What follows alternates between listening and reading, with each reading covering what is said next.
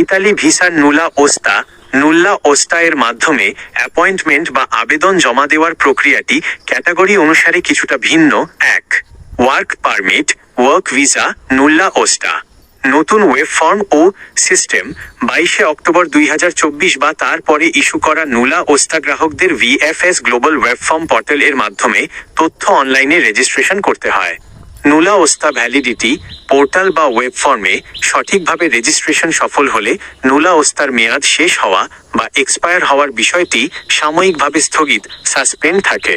যাচাইকরণ verification Italy সরকার এবং ঢাকাস্থ ইতালীয় দূতাবাস ইতালির সংশ্লিষ্ট স্বরাষ্ট্র বিভাগ স্পর্টেল্লো ইউনিকো -SUI থেকে যাচাই বাছাই প্রক্রিয়া শেষ করার পর ভিএফএস এর মাধ্যমে সরাসরি আবেদনকারীদেরকে পাসপোর্ট জমা বা অ্যাপয়েন্টমেন্টের জন্য যোগাযোগ করবে।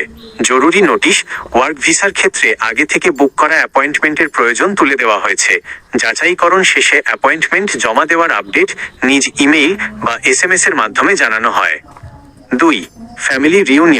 ফ্যামিলি রিউনিয়ন ভিসা স্লট খোলার তারিখ প্রতি মাসের নির্দিষ্ট তারিখে, যেমন সাধারণত মাসের শেষ সপ্তাহে, পরবর্তী মাসের ভিএফএস অ্যাপয়েন্টমেন্ট স্লট ওপেন করা হয়।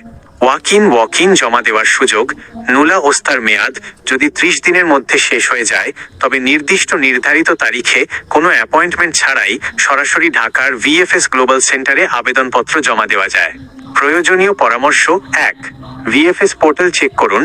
অ্যাপয়েন্টমেন্টের তারিখ বা ওয়েব ফর্ম লিঙ্কের জন্য সরাসরি VFS global Bangladesh Italy portal visit করুন।